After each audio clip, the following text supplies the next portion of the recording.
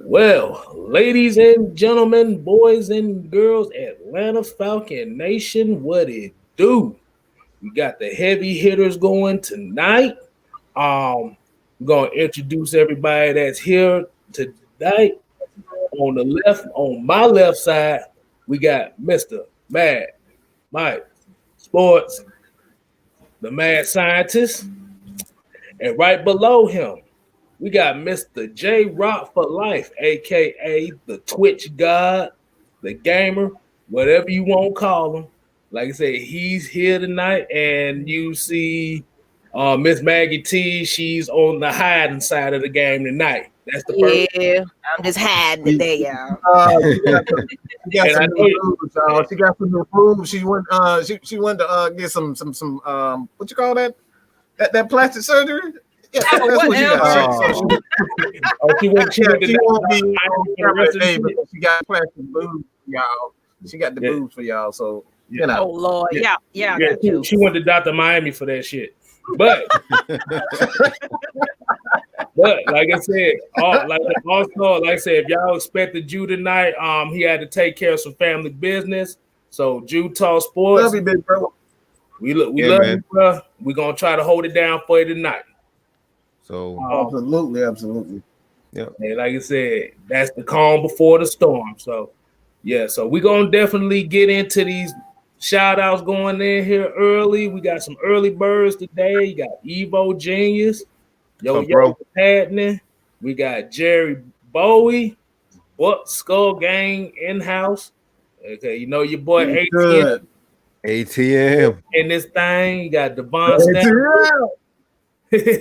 Wallace Smith, Joseph Thornton, Asia Green. What's going on, girl? So Asia, Miss Asia.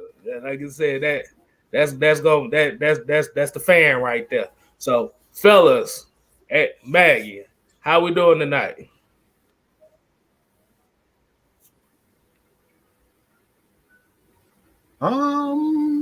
Singing the blues. I'm good, man. Everything good my way, man. It's good considering the fans want to blame everybody except for the guy who's actually at fault, Mr. Shit Koetter. They want to blame everybody. It's Matt Ryan's fault. It's Julio's fault. He old. It's everybody except for the guy who's really at fault. The offense ain't never had any issues at any point in Matt Ryan's career, except for when Dirk Koetter is offensive coordinator. But it's Matt Ryan's fault. But we'll say that. We'll get to that. We'll get into that. All right. J Rock, how you feeling tonight, man? Feel good, man. Just ready for the next game. Okay, definitely. So y'all want to go ahead and get into it. Well, we're basically gonna be talking about the three keys for this matchup against Tampa Bay. Confident, not confident, fuck it, or it is what it is. J Rock, I'll let you go ahead and start it off. Going into this next game, we're at home. We're going against Brady and the Bucks. Man, y'all know what I always say. Take the points going into this game. Take every point that you can get. I'm not really expecting to win, but you never know. What Mike always say, this is the Atlanta wow. They surprise us every time, right? So I would say number one, just take the points. Number two, I mean, our defense is going to be the key to this game. I feel like our offense is at loss right now. That is the biggest flaw that we have going into this game is our offense. So I'm not really expecting them to do a whole bunch. The defense is going to carry like it's been doing for the past couple of games. Number three, we just gotta match up good. I think our defense can match up good with Tampa Bay. I think last week going against the Chargers was a test because they got, Mike Williams, Keenan Allen, all those Eckler, all those guys. I think we can match up a little bit better, even though the quarterback is a little different because it's Brady compared to Justin Herbert. But I feel like that was a test. So I think this week I'm expecting the same thing. Our defense is going to rock it out. It's going to come down to the wire. So that's pretty much it. All right. So Mike, I'll let you go ahead and take the next one. What you got, man? Hey, man. The key to victory for this week, and yes, we are still doing the keys to victory, man. This is we fans, man. That's what we're supposed to do. I don't really give up after the season is pretty much a wash, man. I still have expectations of winning. I still believe in this team. I believe that this team have enough talent on both sides of the ball to beat not only the Bucks but Kansas City. I know a lot of people might think I'm crazy for saying that, but when you have Julio Jones and Matt Ryan, you know what I'm saying? Anything. We've seen them put up 40 on any and everybody. The Falcons literally have no issue scoring points against any defense. They've never had an issue scoring 40 points on any. It doesn't matter if you're ranked number 1. It don't matter if you rank number 25.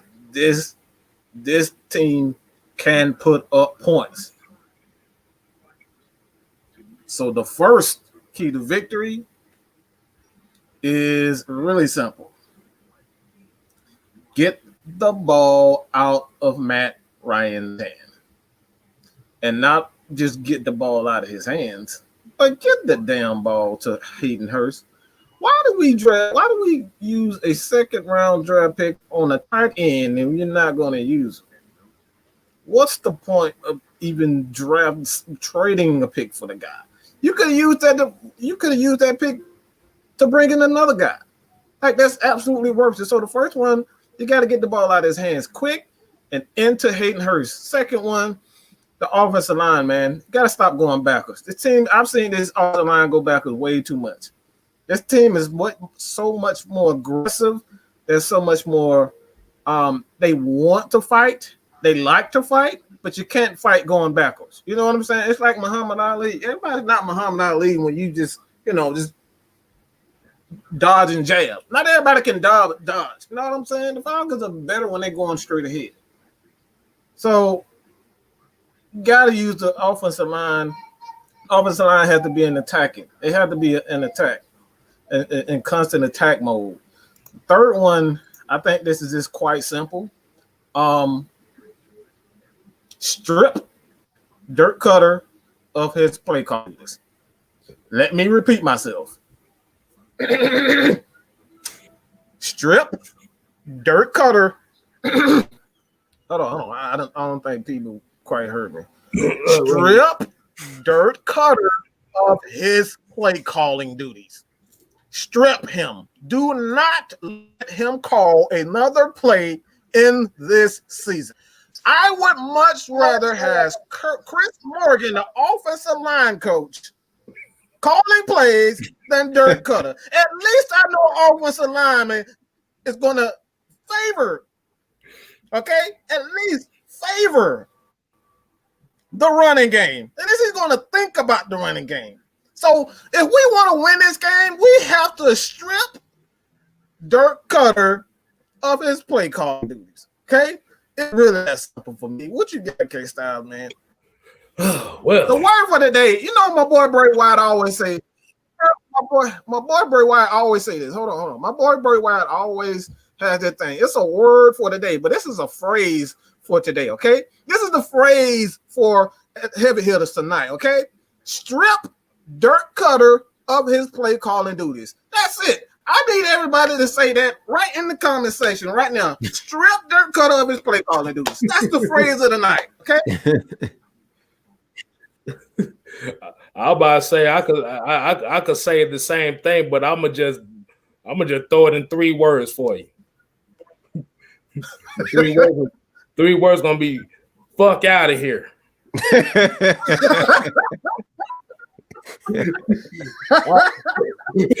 But before I get to my 3 keys, like I said, we got some folks that just came in as well. Like I said, we got Quentin Willis. He gave a salute. What's happening? Like I said, you got Yasuke. He's in here. Terra Falcon came up in here, and I'm gonna throw this comment up here. You know, I gotta let the wife get her first shine here. So she said both were to blame. Matt was clear off his game on Sunday. His last minute interception cost us the game. Dirk Koetter's direction has been questionable. Yeah. It's been on notice. Yeah, she done noticed that. She didn't see my face. Like, this motherfucker need to go. But my 3 keys to this game is definitely going to have to be defense gonna have to create turnovers. This offense is not clicking right now. This offense is not doing what it needs to be doing. So the defense has to set the tone, and they have to get the turnover. Like I said, Tom Brady is not confident right now. So make him more uncomfortable and give the offense a short field. I'm not confident that they're going to do it with the short field, but at least give them a short field to do something. My second key to this game is going to have to be, and they did it the first quarter and a half in this Charger game, but let the running backs be involved in the passing game. Oh my gosh. How many times have we said this all season? If you allow your running backs to be part of the passing game, and like you said, Hayden Hurst needs to be involved in the passing game. Those are going to be his shortest throws that he need to make, and that's going to put him in a rhythm to where he's not going to be forced to throw stupid passes. So, Dirk Koetter, look, former friend, for the love of God, I'm telling you, I'm gonna be looking. Look, I'm about to say, I'm gonna look at his. You know how I'm gonna look at Dirk Koetter's play calling this Sunday? Uh-oh. You want to know how I'm gonna be looking? How you gonna do it? I'm gonna be looking like this.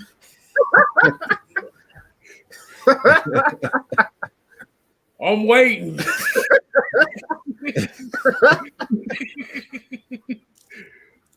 Hell, that's how he be looking when he talking.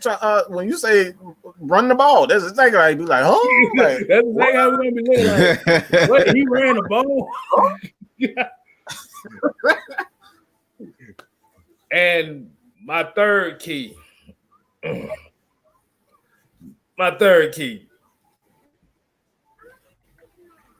You gotta. I'm gonna put another picture up here, goddamn it. Oh my god! Oh my god! I gotta do it because it's a staple. It's a staple in the heavy hitter show. If I still got it, yeah, 60 minutes of football. 60 minutes, man. God, 60 minutes, not 45 minutes, not 55 minutes and 35 seconds, 60 minutes of football. Because we don't need another one of these games to where, okay, it's a division game and we hitting on all cylinders, and then like that last half of the fourth quarter, and it just looks like we don't know what the hell we doing. So like I said, that's gonna be my 3 keys. And before we move on to whatever else y'all want to talk about, we got some more people in here. We got Laker Boss Empire, Jamarius 58. He in the thing. I think I said Wallace Smith. I ain't said Wallace Smith. Hey, like I said, welcome to the chat, man. Hey, shit. I forgot to shout out. Hold on, where the name at? Damn. We got John Crowder in here. Hey, Sergeant AR-10 in here too. Hey, welcome joining us. Hey, we finna get into whatever y'all want to talk about right now. What you got, Mike?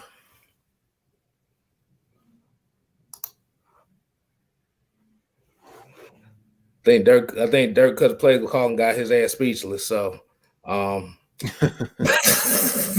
Damn. Hey, Twisted Torch in here, man. Hey, Where's the torch? Jump man in the building. Another AFN. Another AFN to Philly. Y'all make sure y'all go subscribe to him as well. If y'all haven't, posted the video too. Yeah, you check the videos out over there. So, what you got, Mike? There's something particular that we talked about. What you want? What you want to explain to the people? I don't. I think a lot of people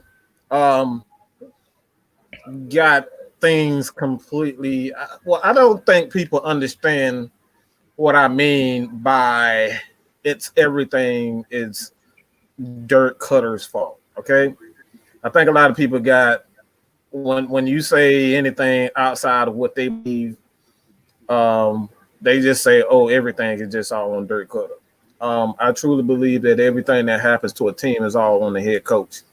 The Falcons' offense is essentially Dirk Koetter's fault first and foremost. Why that is because one, you allow him to do that. That's a head coach. A head coach's job is he's supposed to make sure that they run and operate the correct and smoothly. And the Falcons' offense has not improved at all. Dan Quinn is no longer the head coach for the Atlanta Falcons.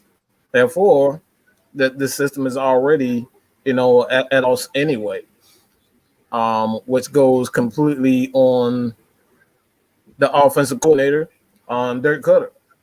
The Falcons have 4 running backs on the roster, okay? 4 running backs on the roster. Just think about that for a second.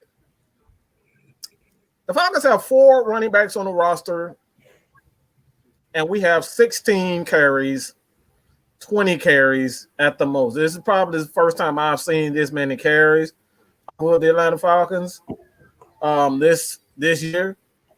20-something carries. Let's think about that. That's probably the highest total for this Falcons team all season long. And we got 4 running backs on the roster. Yet we pass the ball 30 to 40 times every single game. So how could that not be Dirk Koetter's fault? You are an offensive coordinator in command of having this team, getting this team in a rhythm, and utilizing every single position and that person's their skill set at the maximum. And we don't use Ito. The Falcons don't use Ito at all. We don't use Todd Gurley. So we paid $5 million for Todd Gurley, and you don't use him. Yet Quadri Olison hasn't even been on the damn. He ain't even played. I don't remember the last time I even seen him. I forgot what the hell he looked like. Okay, Brian Hill. We don't use Brian Hill. So what's the point? So how do you have an offensive coordinator? You have 4 running backs, and you don't use any of them. Yet Matt Ryan is supposed to make offense smoothly, make all the plays, and not have a bad game. And quite frankly, man, I'm surprised that Matt Ryan has actually lasted this long. It's a miracle that he's lasted this long. I don't know how he hasn't had a worse game than that. You don't use your running backs. And we are supposed to expect Matt Ryan to be flawless. This guy literally has to be perfect every single game. That's not a quarterback in this league. That has to be perfect. Matt Ryan is the only quarterback in the league that has to be perfect in order to win a game. Name a quarterback. You guys, let me know. Name another quarterback in this league that has to be perfect other than Matt Ryan. I got a question, Mike. And it's kind of piggyback on what you said about the 4 running backs. I want you to explain to the people why in a lot of the shotgun formation. That J-Rock, I know you probably seen this too, is a lot of the shotgun formation. They have Keith Smith back there in the backfield. Fucking lined up, right? Lined up in the back. Come on, bro. You call it playing for a fullback. You gotta remember, he's throwing with Locker. You call it plays? You literally call it plays for this dude? Are you kidding me? And we supposed to say this is Matt Ryan's fault that we lost? I'm surprised this dude hasn't had a worse game than that. I'm just look. Let's be real. If you got 4 running backs on the roster. Why the hell are you not running the ball? What's the point of having 4 running backs on the roster? Somebody explain that to me. You gotta remember too. There was a couple plays out there. Keith Smith out there running damn hook routes on the fly on the outside. I don't know if y'all caught that part too. Yes. This is what I'm saying. A lot of this stuff I have not even begun the film study yet. I will have that Thursday. I promise you guys, I will have all the plays, everything that I'm describing right now. Okay, someone make that make sense to me. I'm literally here to hear you guys. I want to hear J-Rock, man. Somebody make that make sense. Why do you have 4 running backs on the roster if you're not going to run the ball? I don't get that. He doesn't know how to utilize them, clearly. He's still trying to figure that out. I think this game, the Chargers game, was like an experience. Like, hey, we got Ito, we got Brian Hill, we got Todd Gurley. Oh, hell, we got Keith Smith, too. But, I don't know if you guys pay attention to, the Atlanta Falcon fan, the actual official page. But, yeah, you see Olsen go on the plane. But it's like, okay, he's going on the plane to L.A. to do what? Sit on the sideline? So I'm like, is he even dressed up? Or like what? Like what's the point of him actually going, like, taking the flight with the team? So I'm like, okay. But yeah, I think Dirk Koetter this game, I guess he's just exploring. Like, hey, yeah, I think I can run the ball, guys. Like, look, I got Ito. I can put Ito in on one play, and then Brian Hill. And then when it's 3rd and 1, let's put Todd Gurley in. I mean, even though Todd Gurley can possibly get the one, but he has a bad knee and all. But it's like, okay, and then on 3rd and 1, you want to pass it and have Keith Lee lined up somewhere. I was thinking. The only thing I really liked and appreciate what Dirk Koetter was doing. I mean, we actually utilized Keith Smith, but that was for the wrong reasons, for him to be lined up.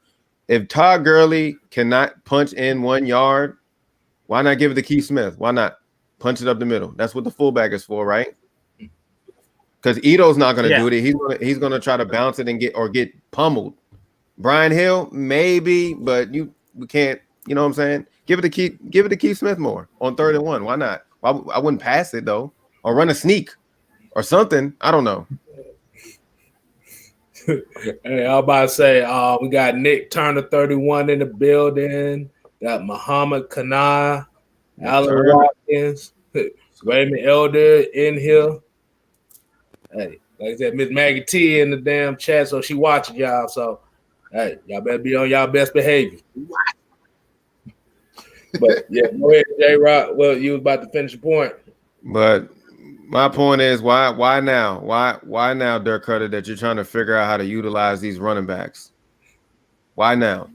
Season's over. Are you trying to save your job? Because the job ain't saved no more. It's gone. You had that opportunity. So why? I'm confused of why he's trying to figure it out now, how to utilize these running backs. What do you say? Too late. They're too late, man. I mean, way too late. Like I said, I saw like I said, when I saw that play, I saw Keith Smith literally lined up at the the X side, running a curl route against a corner. I said, this. I like, bro, what was he thinking? you ain't got no Kyle Juszczyk back there, that a guy that can actually catch. And Quentin Willis actually put it in. He said Dirk thought he still had Ovi back there. Ovi ain't running. Ovi Mahaley. Oh man. Ovi is not running around. His job is to blow linebackers' asses off the spot. He did this. He did just that. Exactly. He ain't going out there running no routes. I was about to say it was so bad. I thought we was gonna see Matt Schaub out there running fly routes. That's how bad this shit. The only creative thing I seen on Sunday was probably the gaze to Ridley. That was the only thing I seen. I was like, oh man, wow, he pulling rabbits out the hat now. He want to try all these crazy plays now. You know what I'm saying? Now you want to start that. All of a sudden now you want to start that. People been eating your ass alive and on social media. I'm sure you hearing it. You got to hear it. They asking you questions, and this is something that really kind of irritates me. This is what really pisses me off. This is what really pisses me off. And I say this is why I don't give a damn how this defense look with Raheem Morris at head coach. Look, he got to go. He has to go. Why I'm saying that? You have the Chargers, Anthony Lynn. This guy comes out. He's asked a question by the media. He says to the media, okay, they ask, why did you come out and run the ball with doing a halftime play where they were the play right before halftime and they ran the ball when they should have just threw the ball and kicked the field goal, and they end up missing out on 3 points there. He came out and stated very clearly that play is on us, the coaching staff, and we have to get better at that. Raheem Morris, you can go look at it for yourself. You can look at this for yourself. Raheem Morris was asked the exact same thing. Okay, what happened on this play? Raheem Morris did not blame the coaching staff. Raheem Morris proceeds to say, we tried to get the ball into our best playmaker's hands, and the player didn't make the play. What are we going to do? That's the difference between the Atlanta Falcons and everyone else. Head coaches and the coaching staff do not take responsibility for anything that they do wrong. They blame Matt Ryan, and when it's easy to blame Matt Ryan, they make it every opportunity to not just blame Matt Ryan, to put all the blame on the players. The players didn't make plays, and the players didn't make plays. But this is what I always say, man. If the coach is not putting these guys in the right position to make the right play, being aggressive is not always smart. Being aggressive can be incredibly stupid. You saw with the Chargers. The Chargers tried to be aggressive. It cost them 3 points. Aggressive play calling, it's not always the right play. And this is what the Falcons do. They want to throw the ball. They want to throw the ball and then put the ball in Matt Ryan's hand and hope they can score 30 points a game. And that's not the way you do it, especially when you have playmakers like Todd Gurley who can catch the ball out of the backfield. Ito Smith is actually he's a very good player in the open field as a receiver. He's very good. We're not using him. We're not using Ito Smith. This dude in the open field, he can make people miss. We don't use him. What's the point of having Quadri Olesen on the squad if you don't use him on the goal line situation? What's the point of having Hayden Hurst on the roster if you're not using him? These are the reasons why. These are the reasons why this is why I say all the time, Matt Ryan is not at fault when it comes down to this offense. Their failures, okay? This guy can only do what he's told by his offensive coordinator. Plain and simple. It really is. It really is just that simple. And I know a lot of people don't want to hear that. But it's the facts, man. I mean, that's why Tom Brady's not in. That's why he's not in New England right now, because he doesn't like the offense. Bill Belichick wants to do one thing his way, and Tom Brady wants to do another. You can only do what your superiors tell you to do, and it's really that simple, man. And until the Falcons get someone in, a head coach that understands that he has to maximize everyone's talent and not just Matt Ryan, everyone's talent, we're going to continue to suffer and struggle. All right, we're going to get into a couple of these comments here. Like I said, John Crowder saying accountability. Yeah, that's definitely shown on the field. As far as situation-wise, there's no accountability coming from the top all the way to the bottom. Okay, like Twisted Torch, like he said with you. He said bad culture would never say that he like I said, he'll never take accountability for his fuck up. So yeah, that is true. Mm-hmm. And we got, and Michael Walker actually made a comment here that I kind of agree with. Can't keep letting Matt Ryan sling the rock and take a hit, especially for an older quarterback. Usually when quarterbacks get up there in age, that's where you usually supposed to implement that running game. Exactly. Take pressure off the quarterback, because you don't want him. That's the same thing that happened in the first game with New Orleans. Like, he just kept throwing it, and then we just came too predictable at that point, because we knew we wasn't like down completely. We wasn't like down and out of it throughout that whole game. It was just the fact that you had to mix it up. Like, running the ball takes the pressure off the quarterback when it comes to, pass rushes constantly coming at you every play. But if we're passing, yeah, hell yeah, they're going to try to send anything possible to Matt Ryan, because they know what we're about to do. And then if you're not making an adjustment by like the second half or whatever quarter, then he's going to get nicked up. Like, there was no adjustment in that game. Oh yeah, I actually got. Oh, hold on. Before you ask that, I actually have a voicemail here. Dirk, I think Dirk Koetter was trying to explain why the hell he's fucking up lately. I want to make sure y'all can hear this so we know that we ain't tripping. Hold on, let me play it. That's a god damn it.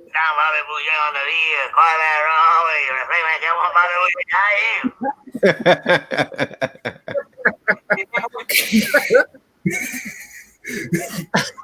explains everything right there, bro. Hey, that explains everything. That's exactly what he's thinking, man. Don't nobody know what the hell.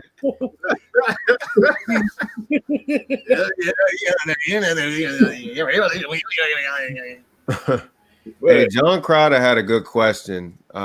He asked, what do we do with defensive coordinator Ulbrich? Since we want everybody out, what do we do with Ulbrich? Because technically Ulbrich was our linebacker coach, and then he just got moved to defensive coordinator. So what do we do with him going forward? Going to depend on the GM and the next head coach that comes up. That's the only factor that I see. Because like I said, even if Jeff Ulbrich is doing well with this defense now, the next head coach that come in might not want him on that staff. So we can't really say, oh, we want Jeff Ulbrich. It's just going to be the next regime. That's going to be their decision. That's about the best way I can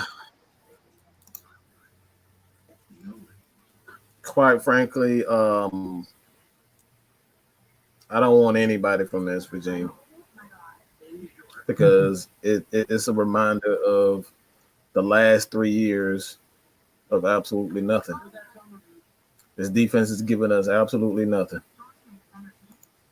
Period, point blank. You can pretend, you can look at Dion, you can look at Foye Olakun, Walker, but these guys have given us absolutely nothing. He's a part of that problem. You can't pretend to like one person when the whole defensive staff has been complete shit. It ain't no ifs, ands, or buts about it. This offense has been consistent. We know what we're going to get as far as this offense is concerned. No, we're going to get. We ain't going to run the ball, but that the receivers, they're going to get. Julio, Matt Ryan, they're going to put up numbers. You even know what you're going to get from the offensive lineman. They've been consistent for the most part. This is like the first year the Falcons offense has not been really, putting up numbers, a top 10, top 5 offense. It's like the first time they've never not been there. We know we're getting for the offense. But this defense, the last 3 or 4 years, they've given us absolutely nothing. Even in the Super Bowl year, the defense was absolutely, they was one of the worst. They was in the bottom half of the league, even in the Super Bowl year. So this defense has given us absolutely nothing. They've never improved. They've gotten nothing but worse. Why would I want Jeff Olbrich back? I like him. He did a good job with the linebackers. But we're talking about as defensive coordinator or possibly head coach. There's no way in hell I'm giving him a head coaching job or a defensive coordinator job. He's a part of that problem. Definitely. I agree. I could smoke a bag of that. That's about as real as you can put it. Yeah. In order for us to move on to the next regime, like I said, unfortunately, like I said, he might have to be one of those that have to go. Mm-hmm. As part of the business. Like Brian Cox. Mm-hmm. It's like Brian Cox. I love Brian Cox, but he just didn't like. What I'm saying, you can't keep people around just because you like them. It's about winning. I like him, but this is about winning. He's a part of the losers. I don't want losers a part of my program. Just be real, dog. Right. Yeah, but definitely, Andrew G put it best. Yeah, I think this might be the comment of the night when it comes to Dirk Koetter. Andrew G put it best. Dirk Cutter's strategy. Step 1, call the play. 2, hope it works. That's what it looks like. Yeah. Like I said, we not like I said, and letting everybody know, like I said, Sunday's game, like I said, Matt Ryan is not gonna get away with not getting blamed for that game. But like at the same time, like I said, if you pay attention to a lot of these calls that happen, like I said, the Falcons are 29th in the league in scoring touchdowns in the red zone. That ain't just a quarterback. That's everybody. That's a culture. Like I said, that's what we call Teletubby soft. That's exactly what that is. You, like I said, you can. That is no excuse right there. That's Dirk Koetter for you. Hold on. Oh, yeah. Yeah, there you go. Yeah. The green one, that's Raheem Morris. We got Dirk Koetter. He's the purple one. Red one is the water boy, and I guess the yellow one's gonna be whoever the hell else is there. Hold on. I got a picture I want to share. Yeah, I think you already know what I'm about to put. This is Dirk Koetter in the booth, hoping these plays work. This is him right here. My man in the booth, hoping these plays work. He hoping the Arthur Blank don't come up there and knock on his door. Bruh, I kid you not. They actually showed Dirk Koetter a lot in that last game, and he looked exactly like that. He was terrified. He looked like and he heard the mobsters was coming up. He's like, no, God. Not me, no. But definitely, I kind of want to hit. I want to hit on this comment. I know Twisted Torch kind of made this comment earlier. I want to get your thoughts on it. It probably might be too late to highlight it, but he was basically talking about how do we feel about Dante Fowler? Honestly, I don't know. I mean, I just feel like it's all about how a defensive coordinator is going to utilize him. I think right now, for the fit, he doesn't fit in right now, but we got to put him somewhere to make him be more successful, make him more confident. Because right now, I mean, look at him. Before he even got that injury, he was blasting off the line. I mean, in the run game. I mean, just like Mad Mike's been saying, like it's not all about him pressuring the quarterback or something like that. It's all about him making those key plays like he's been doing in the run game.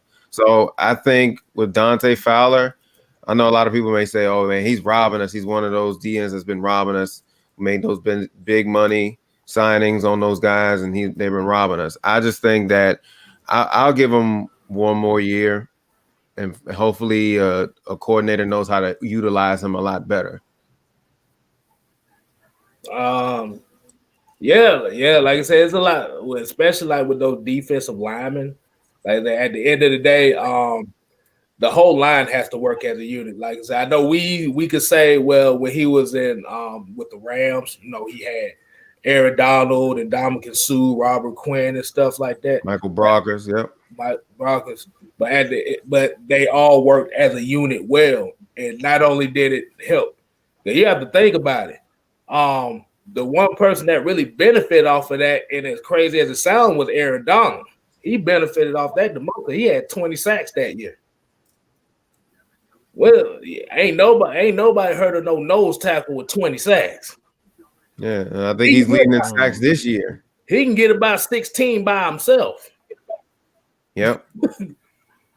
But like I said, you have to think he's been hurt all year. He trying to find his niche in defense. And like I said, with the bookends, you have to have a bookend on the other side that can also generate a little bit of pressure consistently as well. Because we have to look at it more so as like two ends trying to clash into each other to the quarterback.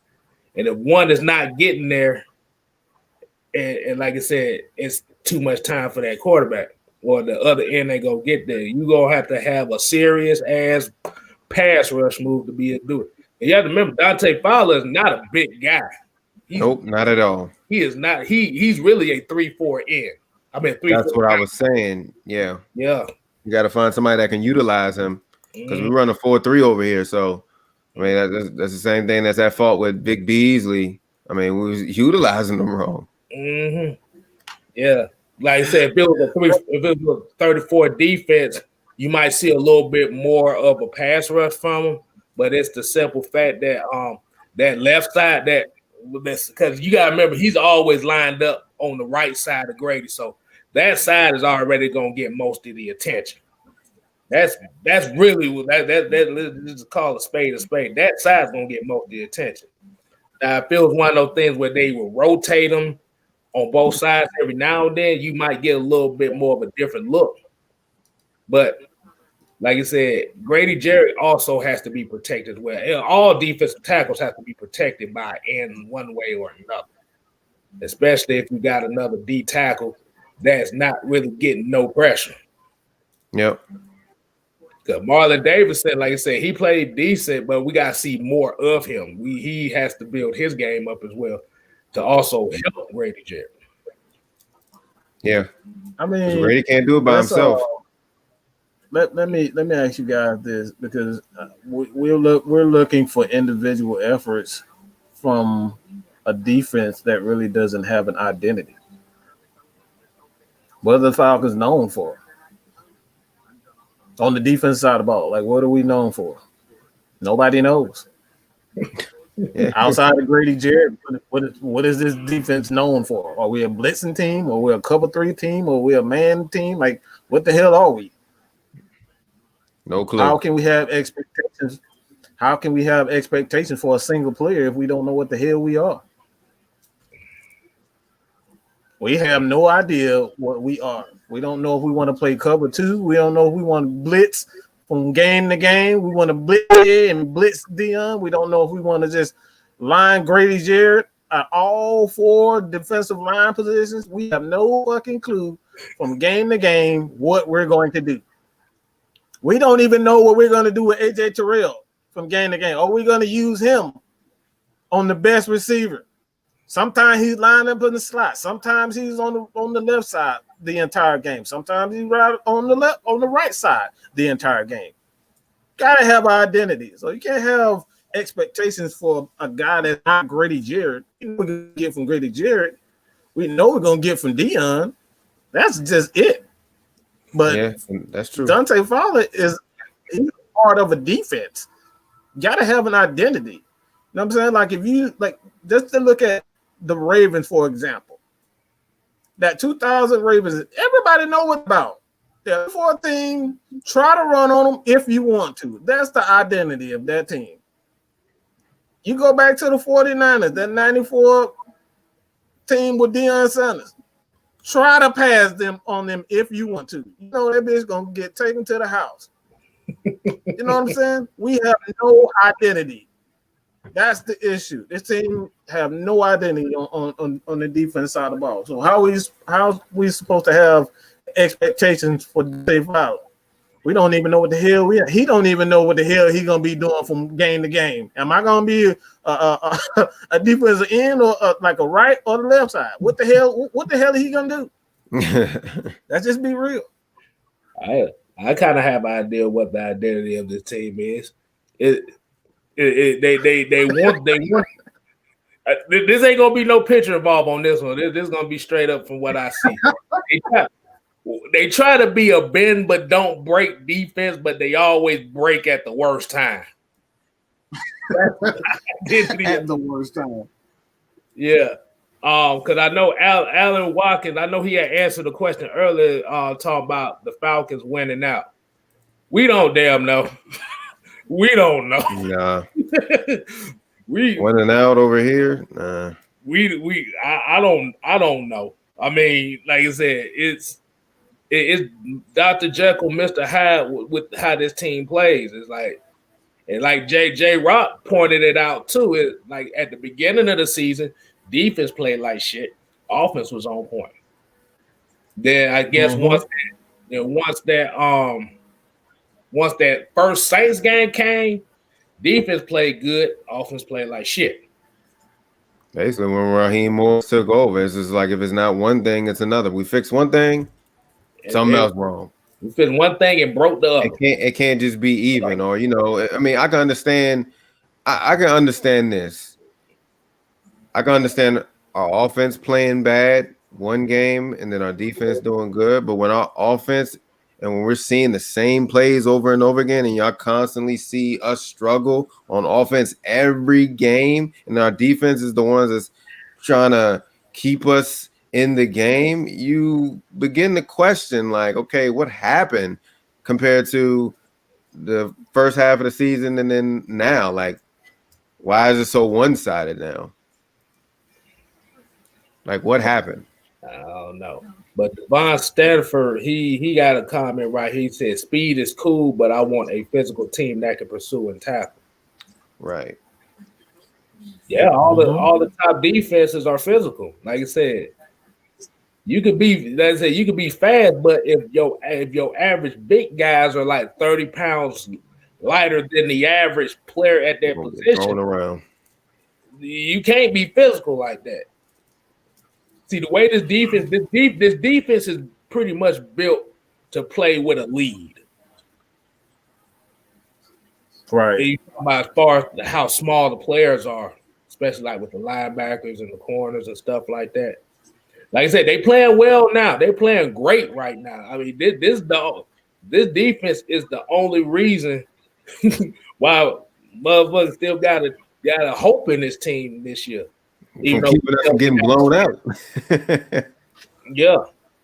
I mean, let's be real about that. The only reason why we even have hope because of AJ Terrell. If it wasn't for AJ Terrell, this defense wouldn't be crap. AJ Terrell and Dion and Grady Jarrett, them dudes balling out. Everybody like, look, I'm just gonna be real, man. And I'm looking at his film. But AJ Terrell like a real fucking deal. This dude is physical. He's intelligent. He competes when they talking about the best. Like I was really like, you going up against a guy like Michael Thomas, as far as his physical stature, his physical nature, you have to have that ability of a corner first to physically go against a guy like that. Like playing a guy like Michael Thomas, game in, play out, that's a feat, bro. That's a feat. Just try to guard Julio for 1 quarter, and you will see what I mean by that. Try to guard him. Try to guard Shaq. All right. Try to guard a guy that's 7 feet. Okay, 7 feet tall, and you're only 6. You see what I mean by that. This guy is physically able to go against any type of corner, and not only that, he has the speed, he has the ball skills, and he has the mental. And he's only a rookie. That defense turned around because of AJ Terrell.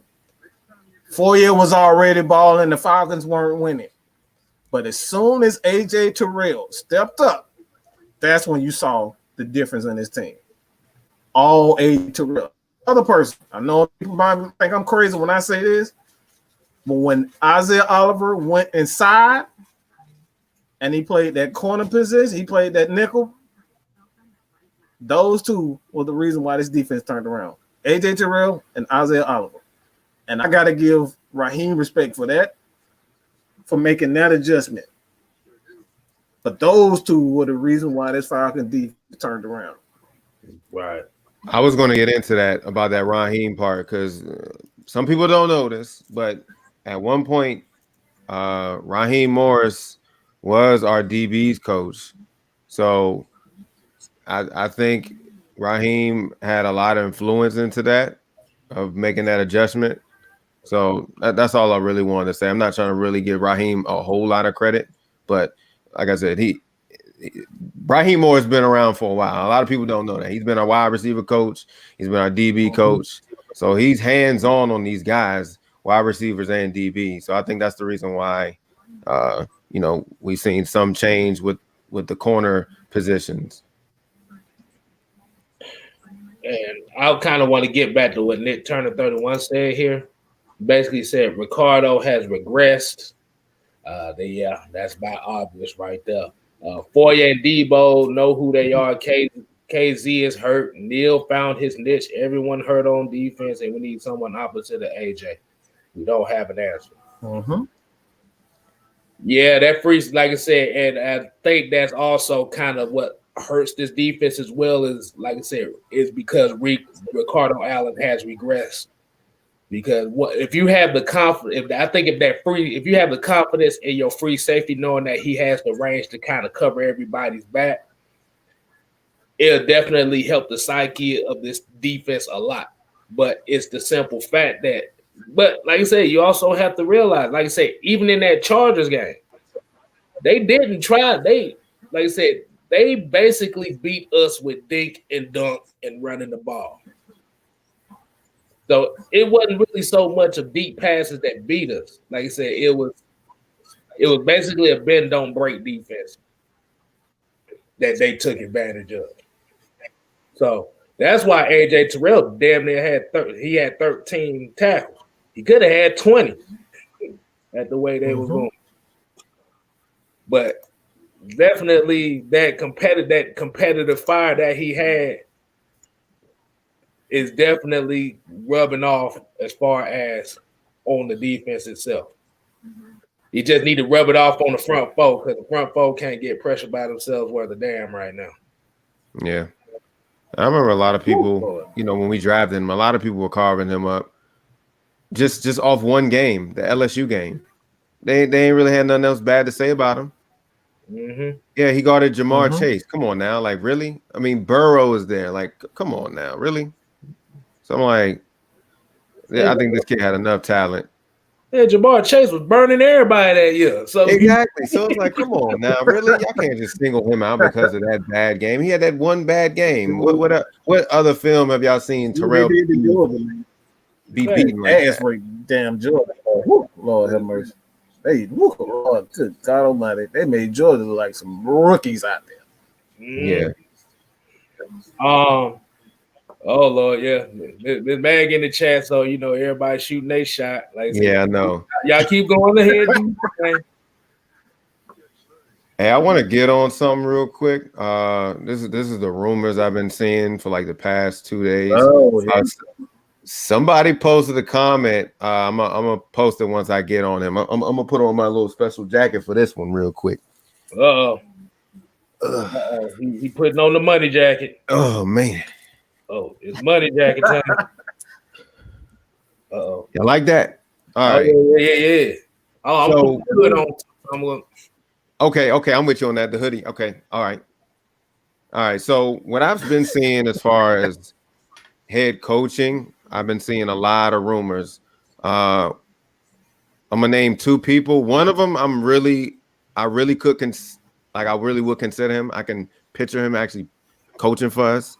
I'm gonna just get this one out the way, but this isn't the one I'm talking about.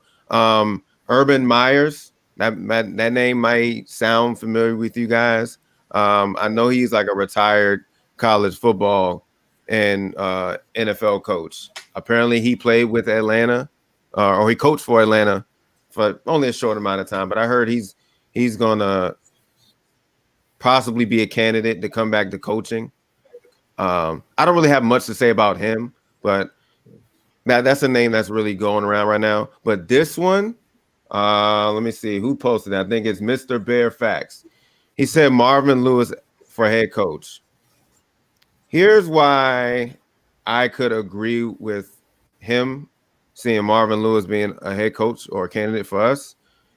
This guy was well respected around the league as a coach, and what he did, his time for Cincinnati, for the first 12 seasons, he only had like 2 losses, honestly. I think the biggest thing about Marvin Lewis, honestly, he hasn't won a post game or playoff game. He hasn't won a playoff game at all. I mean, he had Andy Dalton, he had Carson Palmer, and if you guys didn't know, he did have Darqueze Dennard on his team back in with Cincinnati, and he's a defensive-minded coach.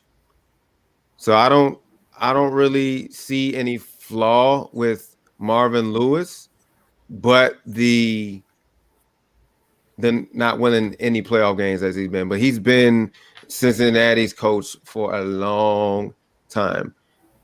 So that's the only fear I would actually see with Marvin Lewis. But like I said, he's never had a Matt Ryan.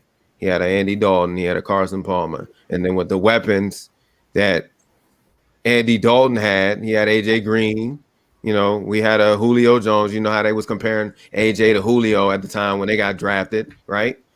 It's just they couldn't win a playoff game. They couldn't get over that playoff game. We've already passed that already. It's just, it was a time where we couldn't win a playoff game. You remember that when Mike Smith couldn't win one. And then we ended up winning one, right? And then it's like, oh, okay, NFC Championship game. We couldn't get out of that one with Mike Smith. Oh, look, we did that with Dan Quinn. Now we went to the Super Bowl. Okay, now we was only a few minutes away of winning the Super Bowl. But the only reason why I think Marvin Lewis is a good candidate because of those reasons. The only thing that's stopping him is no playoff wins at all. But he's a defensive-minded coach. If we want to go that route, I think he's a good candidate.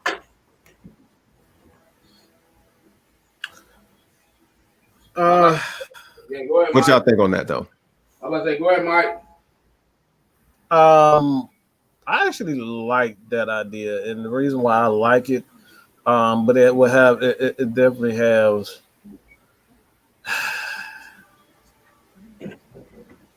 I'll say this: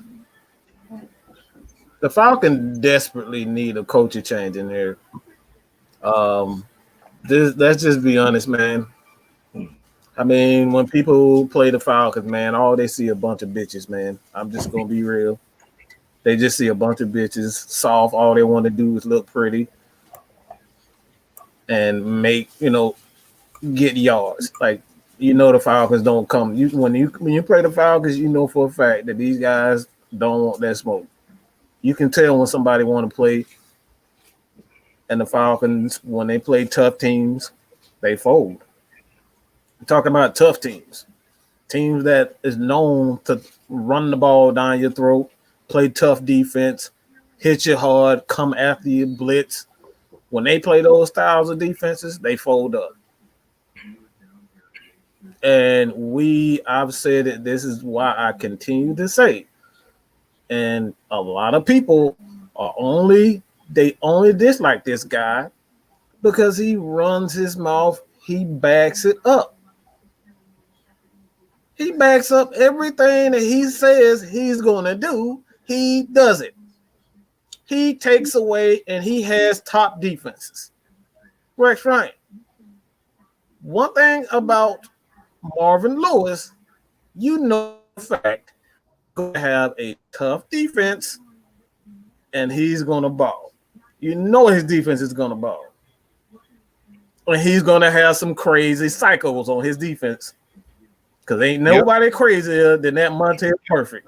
That is a nut. So that's what we need on our damn team. You feel me?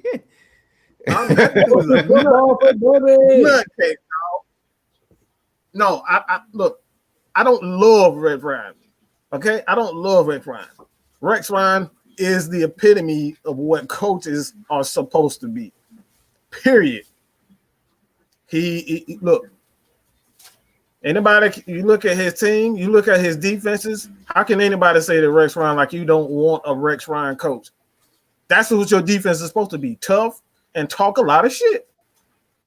That's what you're supposed to do. Am I wrong? No.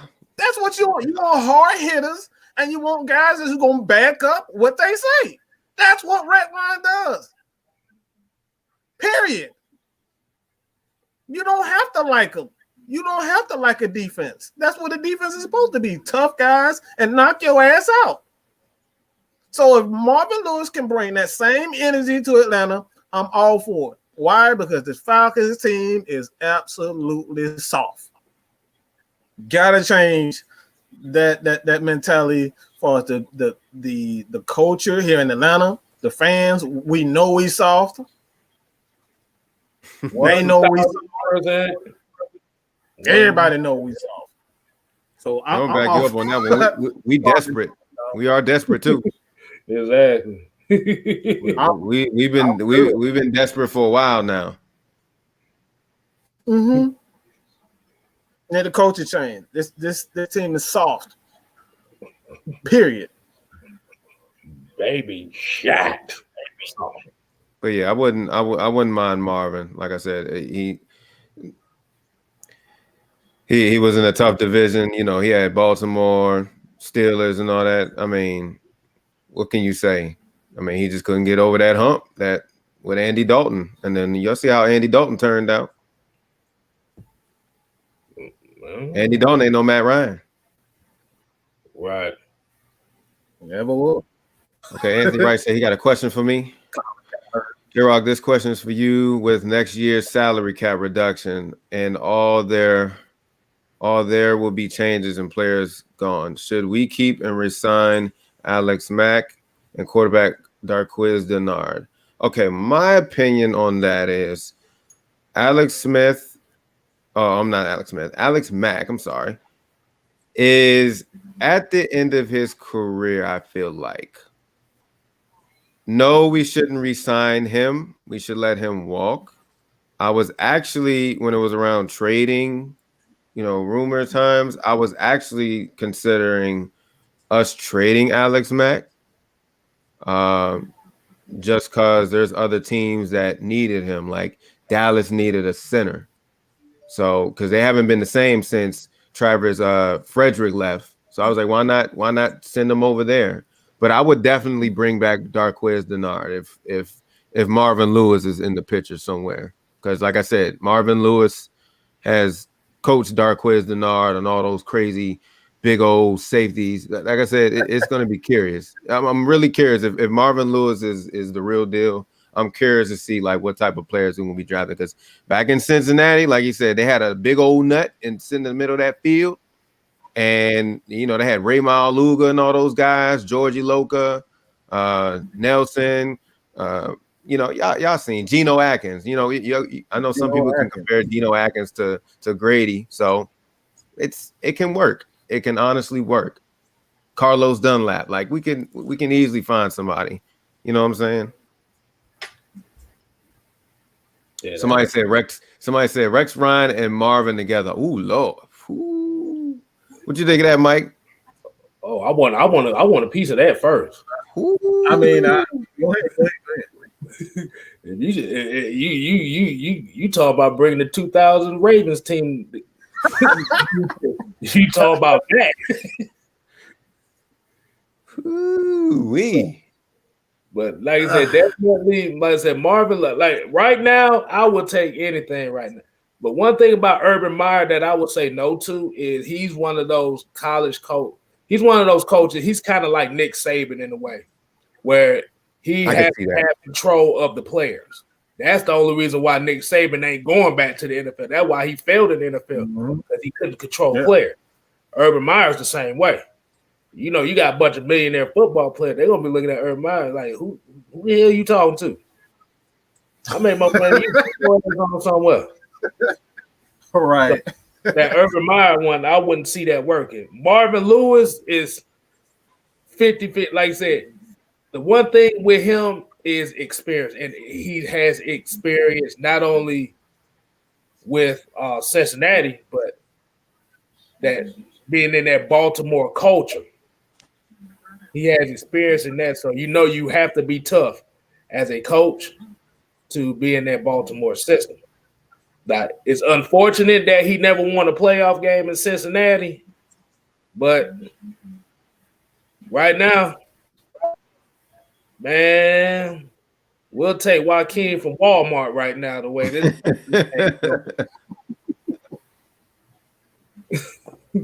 Go ahead, Mike. I just want to throw that little bit in there. I mean, I don't think it'll work because Rex Ryan is a very controlling type guy. Like he wants his defense to be a certain way, so I don't think it'll work. But if it was to work, like, let's just say a what if, man, I think that'll be.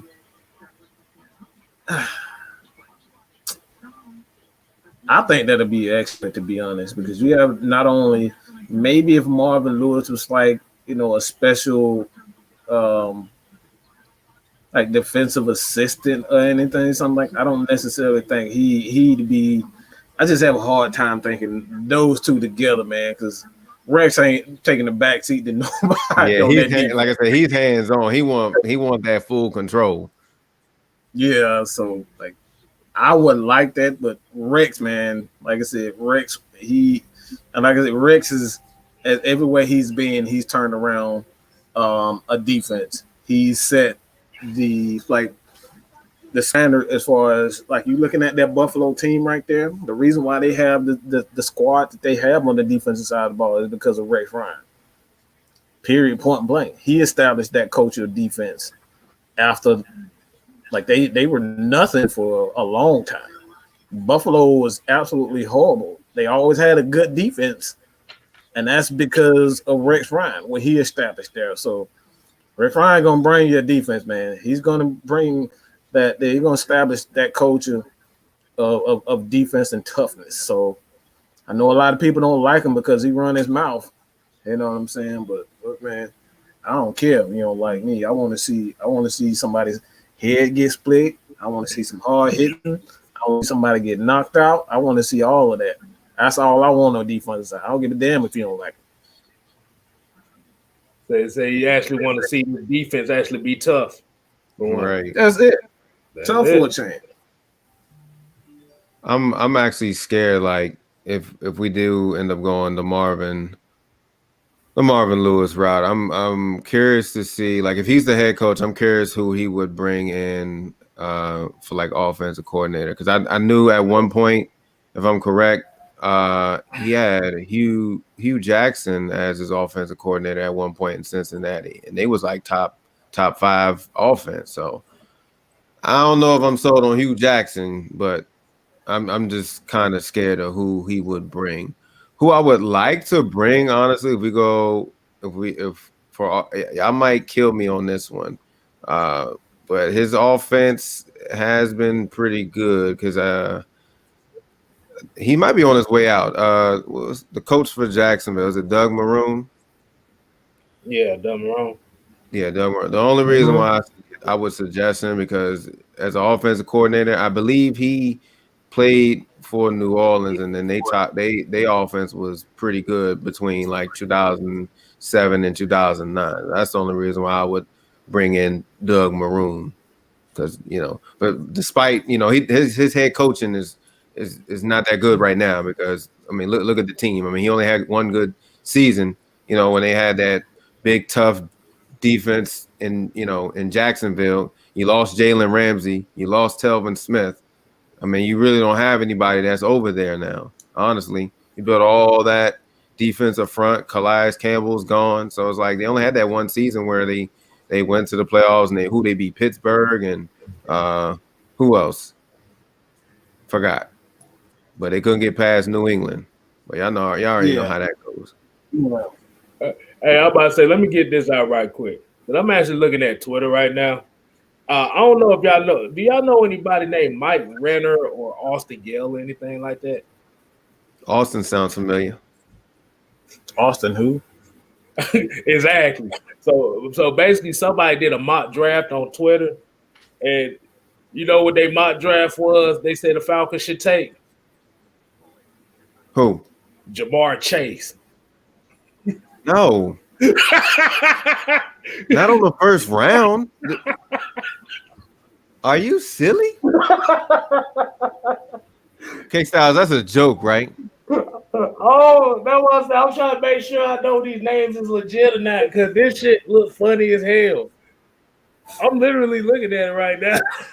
I mean, I understand a receiver, but not a first round. People got to understand this. Like, this is a first round pick we're talking about. We're top 10. We're not spending a first round pick on a wide receiver. We have other needs. Maybe later in the draft, but no, not on the first round. That's the. Hold on. Let me. I'm about to say, let me go ahead and put.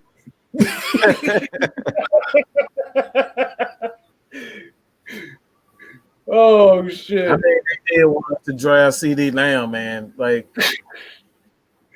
no, people were really lobbying for CD Lamb, so I'm not even surprised by these people. Like, I'm not surprised at all. Not at all.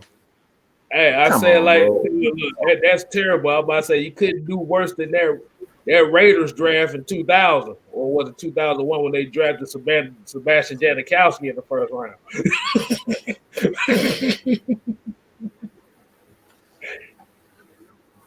Man, look, man.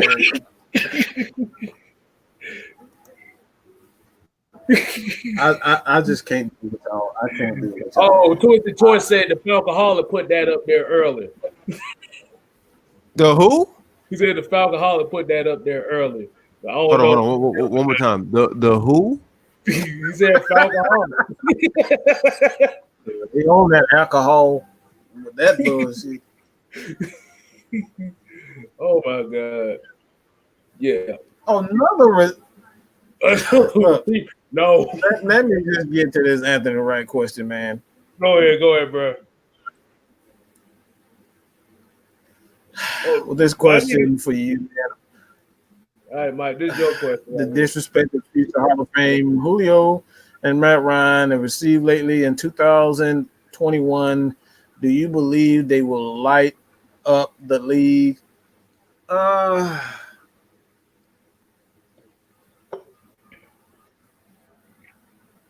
don't really care, to be honest. I don't really care if they light up the league. I mean, Julio Jones and Matt Ryan deserve respect, not because of, the numbers that they put up. It's like these dudes deserve the respect at least to retire an Atlanta Falcon. Because like I stated before, fans have shitted on them since the very beginning. You know what I'm saying? It was a lot of talk with Julio Jones. Like we paid too much to get. We traded too much away to get Julio Jones. They said it would never work out. Matt Ryan, you know what I'm saying? Consistently every year since he's been in the league, nobody wanted him. Why? Because of Michael Vick. So it's like I don't even care at this moment, man. I just want the Atlanta Falcons to say and send an ultimate fuck you to them by keeping Matt Ryan and hiring a guy like Rex Ryan. Just send an ultimate fuck you to it. Like that right there would be my dream offseason. Hire Rex Ryan and keep Matt Ryan at quarterback. That right there was send the ultimate fuck you because we got a lot of people on the social media that run a lot of they run their mouth. You give them a platform to come on and speak their piece, and they don't even take it. But they quick to say, well, send a tweet on the Twitter to say Matt Ryan sucks without absolutely no evidence whatsoever. So the ultimate fuck you to those people, to those fans, bring Rex Ryan in. Bring Rex Ryan in and keep Matt Ryan. That right there would be my ultimate offseason. I don't care if they ever play up to Pro Bowl status. I don't care anymore. I just want to send an ultimate fuck you to those people who have not appreciated what Matt Ryan and Julio Jones have done for this organization all these years. Took us to a Super Bowl, and that man still get disrespected. That man, Julio Jones, all right, wanted to won. All he wanted was to get paid. And these Falcons fans, the same one that said they love Julio Jones, were the main ones on Twitter, on Facebook, on social media saying Julio Jones is selfish. But that's just me. You know what I'm saying? That's just me. That's just the way I see things. I just want to see just a Stone Cold. All right, give me the Stone Cold picture. I know you got a picture of Stone Cold right now. That's what I want to give to the fans this offseason. Just do this. That's it. That's what I want. He said that's what you want. That's all. That's it. Just give me the Stone Cold. Just give him a Stone Cold for me. That's it. I have it coming up here in a second, man. I ain't think you was gonna bring up the Stone Cold. You say you rather have Stone Cold. You don't want a Gilbert out there. Oh no, you don't want him. Not Gilbert. Dan Quinn was already Gilbert.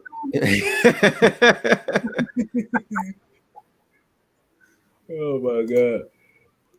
I'm about to say, y'all keep going. I'm gonna go ahead and find it. I'm gonna put it up for you. Hold on, I got you right. I think I got you right here. Hold on, it's coming. Oh Lord, here we go. Y'all got me over here picture hunting and everything.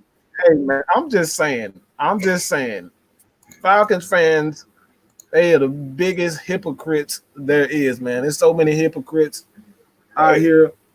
They don't respect religion, man. Like we just wanted this man gave up. They gave up their body. They gave up their career. Like they could have went elsewhere for less money to win championships, but no, they here with this ungrateful ass fan base. Want to get rid of them. They never had a quarterback. They never had a good quarterback in our history. Right. And you don't even appreciate that. Hey Mike, we never seen a receiver like Julio, and they don't Mike, respect that. Hey Mike, here you go. Is this the picture you was talking about here?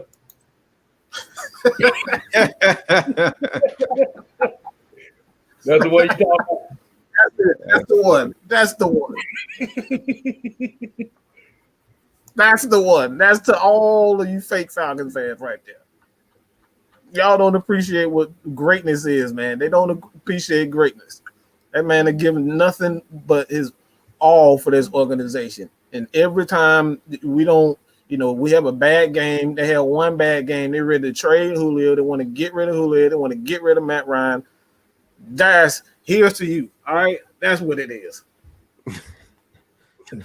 Hey, but you also have to remember, Mike. Remember last night's show when I threw that question out there. That was a chance for them to come out there and say something about it. And then nobody said anything. Nobody wanted to chime in. Nobody wanted to give us a reason why you feel the way that you feel. Nobody. Yeah, but you're quick to at them on Twitter, on social media. You're quick to at them on social media. Just saying. Yeah. Hey, J Rock, because I don't know if you watched the Kicking It with KStylz show last night, but I basically had asked. Yeah, like you said, just to recap, I basically asked them, was Matt Ryan the worst quarterback in franchise history? Yeah, I've read that. A lot of people, yeah, and you guys had people on last night. Nobody. Like I said, that was the bait question. Like I said, I was trying to bait all the let's trade Matt Ryan guys on there to kind of comment on it, and I ain't getting none. Right, you were trying to get those people on the live. And nobody showed up. It was only just the people that was repping. Yeah. Mm-hmm. So yeah, I was watching that. I was in that chat. Yeah, boy. Oh yeah, that's right. You was in the chat. I don't know what the hell I'm talking about, man. This beer is good as fuck. Hey, it's all good, man. Like it's COVID. I know some people are running their days together. It's all good, bro. Exactly. Hell yeah, your ass was in that motherfucker because you said something. I was like, yeah. Yeah, I was like, I did a fat no. Hell no. Hell no. Right. Hey man, I'm just saying. Y'all guys, please continue.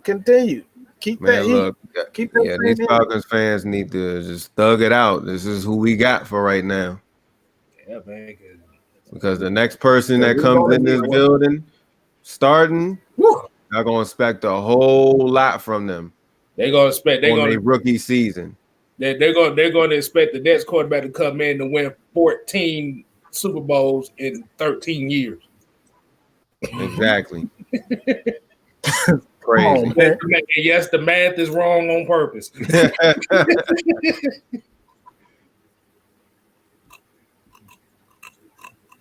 So yeah, y'all want to get in these? I'm just saying, man. Y'all want to get in these? This 2 point, man. Kind of give you guys last thoughts, man. Who want to start this thing out, man? We got to let the man with the shiny jacket start on this one. Oh, y'all let me go? Okay. Yeah. All right. Let's see. Hey, we appreciate all you guys in the chat for tuning in tonight. As always, if you guys are not in the Discord, hop in the Discord. If you guys are a fan of us, a fan of the channel, or just a fan of football, just join our Discord. I will drop it in the link after my little 2 point.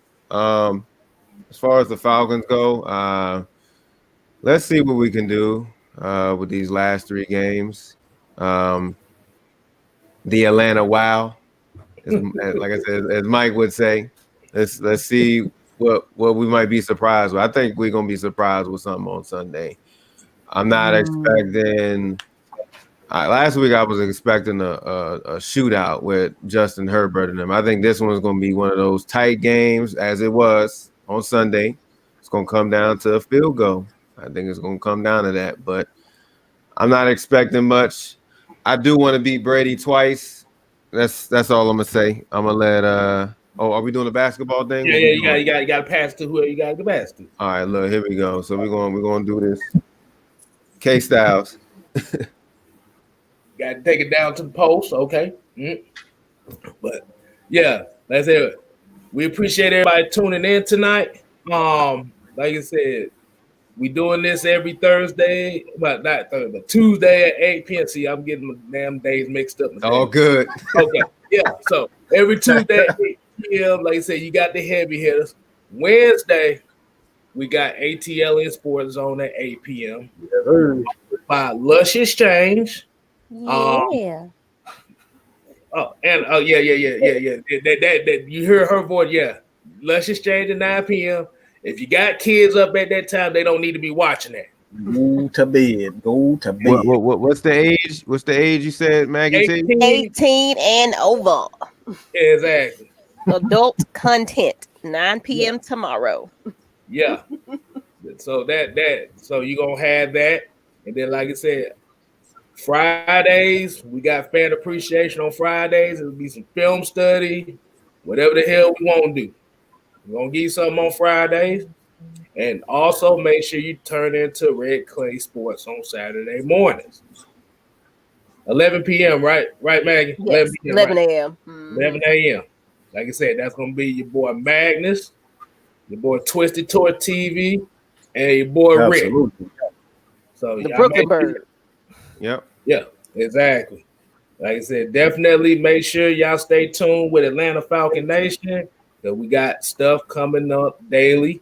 Like I said, make sure y'all hit the notification button because this stuff is going around like hotcakes. Right. And before I get to mine, that was the little shameless plug. But before I get to mine, I'm gonna get into this comment right quick. KG said, "Y'all really think that Matt Ryan is the best option out there?" Only thing I say is that is, who else? I mean, if you can name them, put them in the chat. Yeah. I mean, who I would say who else is out there that you will have the patience to stand? He don't even know. He don't even know. He don't even know. That's why that bland ass question is like who else? Y'all think he the best? Like who else? Yeah. Seriously, who else? That's not a quarterback. That's a free agent. If you really think that he wasn't the best option, you think he'd still be here? Yeah, but like I said, definitely that would be my question for the fans that would ask questions like that. Is I can call Arthur Blank tomorrow and tell him to trade Matt Ryan in the offseason. So the next quarterback we come in, y'all better have the same energy and patience and the expectation y'all have for Matt Ryan, because if we don't get done, and this next quarterback come in and don't get it done, y'all gonna be the first ones to get rid of this dude after year one. 4 or 5 years later, we're gonna be still doing the same shit over here. We want to see the same people. When Matt Ryan gone, I don't want to hear no, man, I miss Matt Ryan. Yep. Okay, once he's gone, once he's gone, like I said, y'all can't use that term. And we writing down all the names of people saying, well, if I hear Matt Ryan, Sean gone, all of them. Well, you gotta remember with Sean Gomes, a lot of the people in the chat say they traded him for Mark 504. Ooh, That's fucked up. I've seen that a couple times. And like that, I don't wish that on nobody. But definitely, I was about to say there was something that kind of been on my mind. I think about it all day. This is serious. This ain't gonna be a joke here. This is a serious topic. I want y'all to kind of look this up here. I'm gonna look more into it, but this world is going into shit right now. These motherfuckers is literally putting water on the stock market. Water. Wow. These motherfuckers should be trading water stocks. They trying to take our water away from us, man. How do you take water away, man? God. We can't even, we gotta buy water now. I'm being serious, bro. I thought it was a joke myself until I actually looked into it. It's just crazy. Like I said, it's a whole bunch of stuff going on here. Like I said, we all just have to keep we have to keep our positive energies to ourselves and then pass them on to everybody, because right now the citizens we got, because the way that this world is going, but it's gonna turn into chaos real quick. You're right, man. These folks don't give a damn about us as citizens as it is.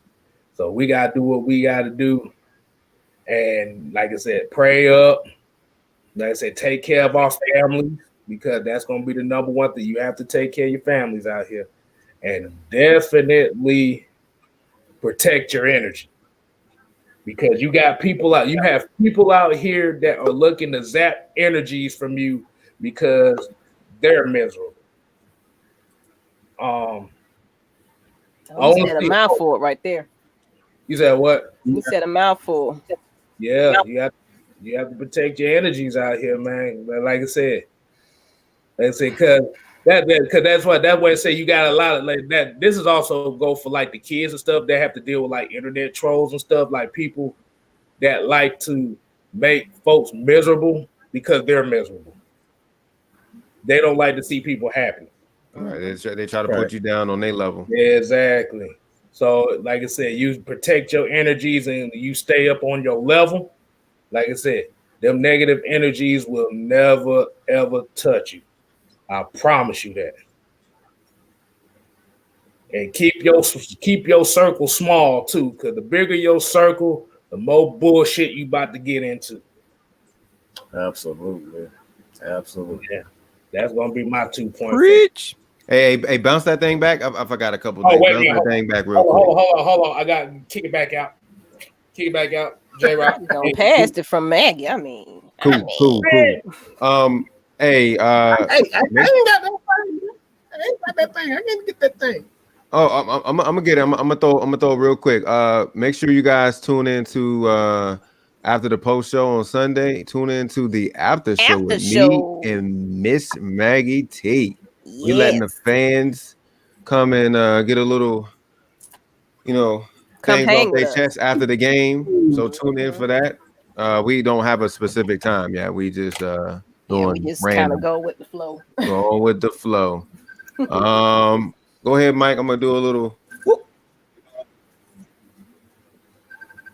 Hey, man, I gotta to kind of piggyback off with your boy KStylz said.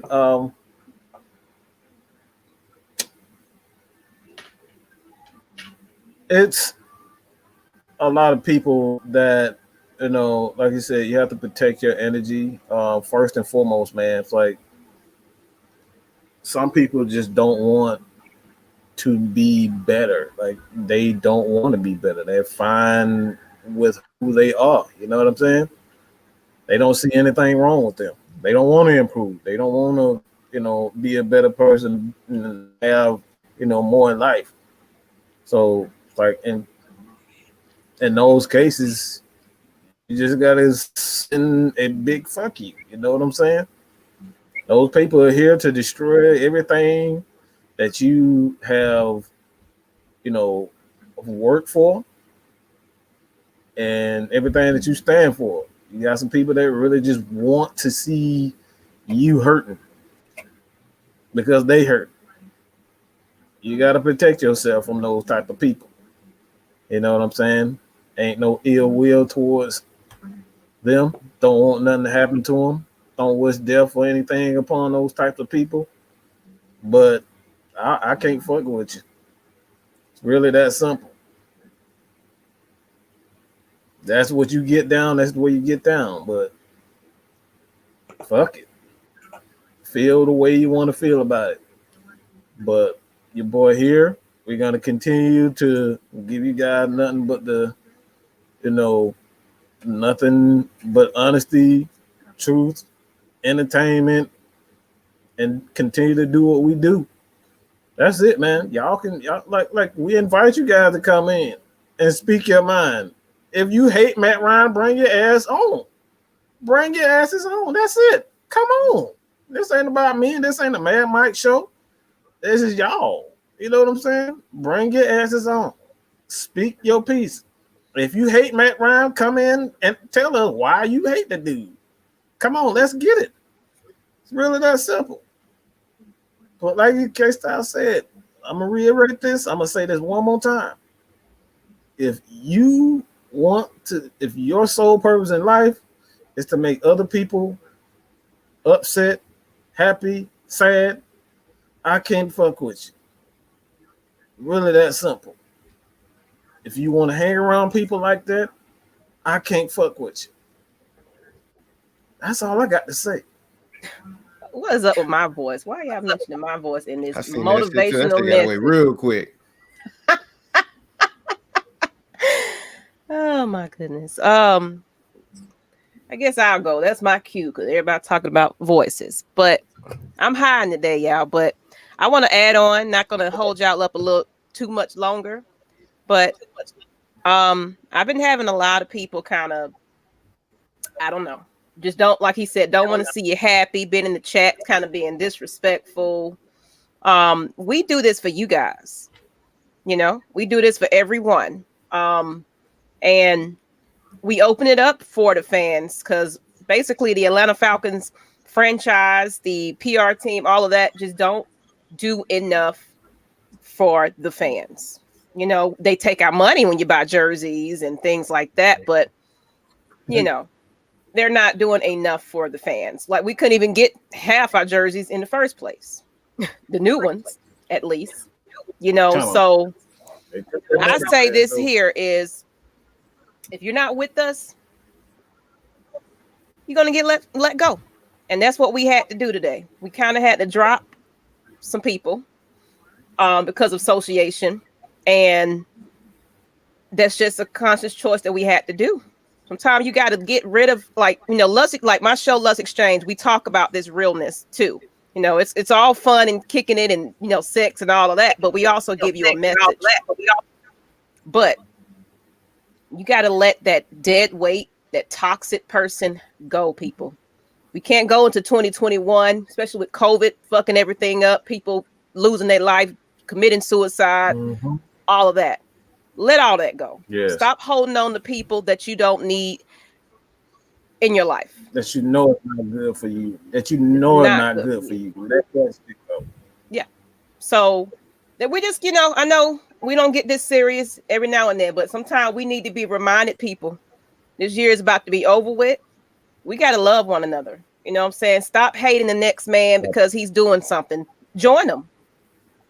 Join them. Let's build together. One thing about us African Americans, we don't stick together for shit. That's a fact right there. So that's all I'm going to say. Yeah, we got to do better because these other races and everything, they stick together. And I ain't trying to bring it like that, but I'm just keeping it real, y'all. Let's stop hating the next man. Love your neighbor. And that's all I got to say on that one. Hey, also, I want to put this up here. Like, remember I was saying about the whole water thing? I got the article right here, so I'll let y'all see this so y'all know I ain't bullshitting. Ooh, can y'all see that? Mike, you see that coming? Especially Mad Mike. Oh, Lord. Uh-oh, Mike. Like how you doing? Enjoy my world, okay? But yeah, like I said, this is the article that I saw.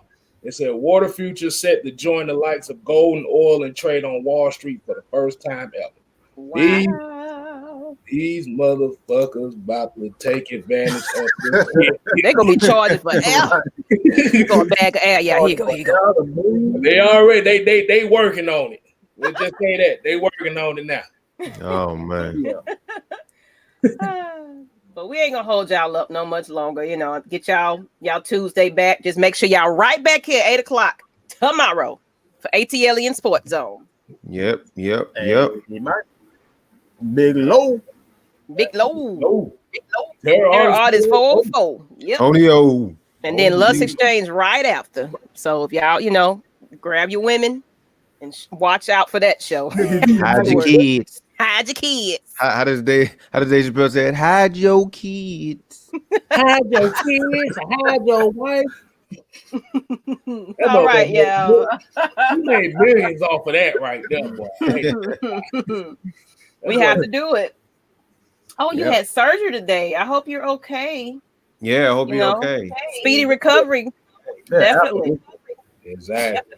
Hey, I had to do it, Joy. It's the way you put the comment, hey, especially and one mine. time for Ju Talk Sports, like I said earlier, if you guys wasn't here, his wife is sick, so make sure y'all keep Ju his Talk family in Sports. y'all prayers. Please put his family in the prayers right now. Yep, you know, definitely. Yeah, definitely. You know, he had to kind of miss out this today, but hey, he'll be back. He'll be back. Let's just make sure that family all right.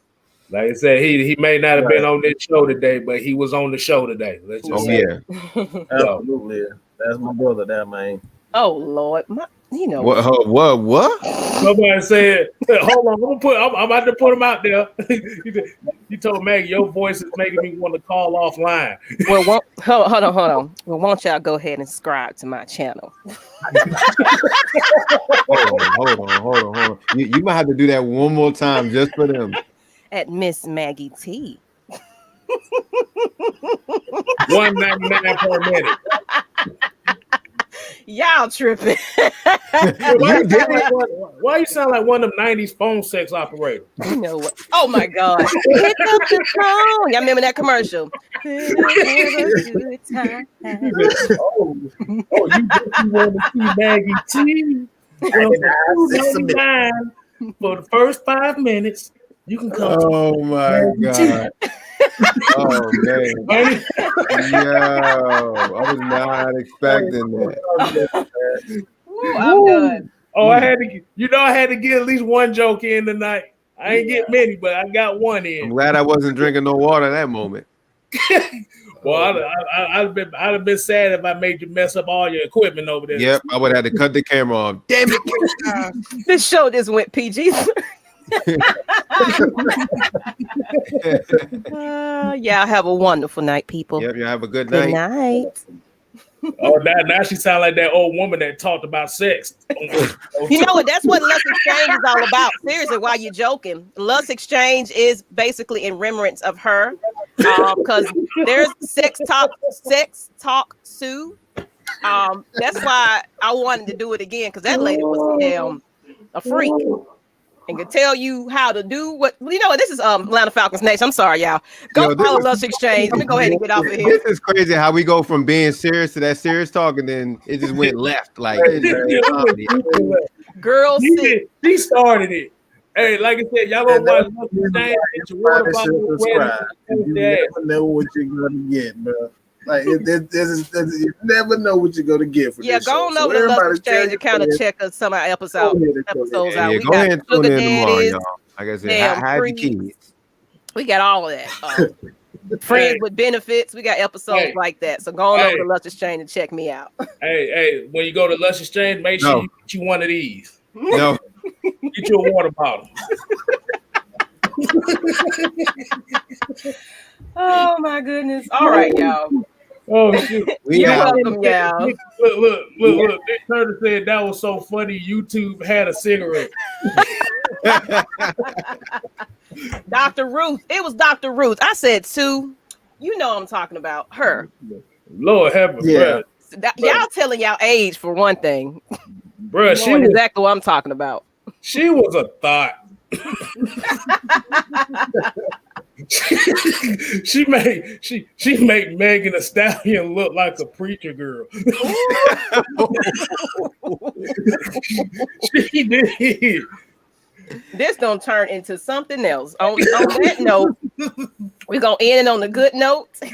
Y'all go ahead and rub one off and go to bed. Good night.